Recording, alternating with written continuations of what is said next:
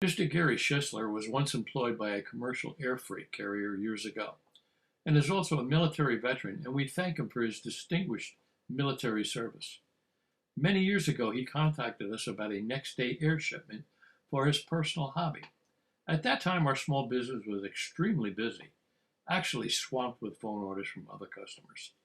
His request could not be accommodated due to the abundance of prior customer orders already in-house in processing.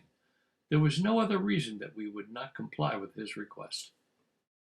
Mr. Schisler decided it appropriate to use the technical discussion board of the National Corvette Restorer Society to broadcast his complaint that he was unjustly denied next-day air service. He reveled about not receiving the service my company had offered.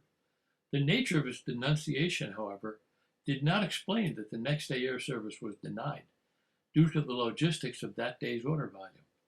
To portray his suffering and ill treatment, he inflamed the content of a phone call.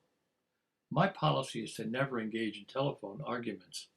Those that dramatize or engorge a phone call to elicit chat room sympathy lose my trust and cooperation forever, especially so in any business context.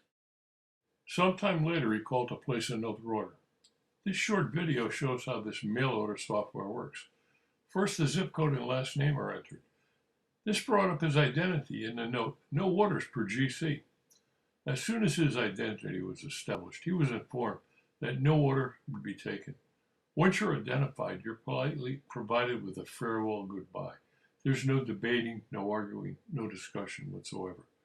When an account is blocked, it does not get to the second page where the parts or credit card would be entered.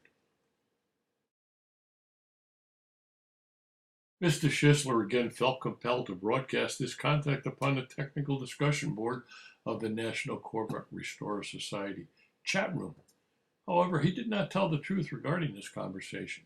He claimed that his lengthy part order was taken, that his credit card was taken, and then finally he was informed that no service would be provided. That's an out-and-out lie to buttress his report of suffering some horrific indignation. That's just not how the software works. If you egregiously slur me, my staff, my company, use profanity or argumentative regarding a policy, there's no need to continue any relationship. There is certainly no need to order here. In 2020, Mr. Schisler again attempted to place an order on our web store. He was emailed this short note by me, and I'm confident he understands it perfectly. No stock, order canceled, try another source. If anyone is not satisfied with products or services, there is no need for them to repeatedly endure that dissatisfaction. And should they embellish, distort, or simply lie about any experience to vilify their experience, they will never again be provided any service. Again, Mr. Schisler, we thank you for your military service. P.S. By the way, there is no way you could goad us into looking up your order history to view your claims of how much money you had spent.